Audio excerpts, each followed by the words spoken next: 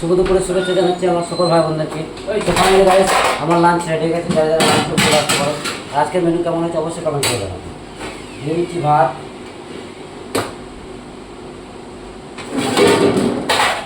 নিয়ে নিচ্ছি কাঁচা লঙ্কা, লেবু, পেঁয়াজ, নিয়ে নিচ্ছি মাছ ভাজা,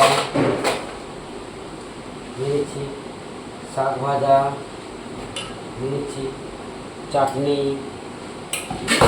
নিয়ে নিচ্ছি পাঁপড়, নিয়ে নিচ্ছি আলু পোস্ত,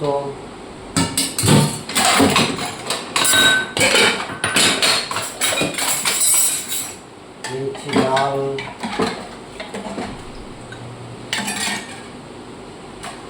আর নিয়ে নিচ্ছি রুই মাছের ঝোল।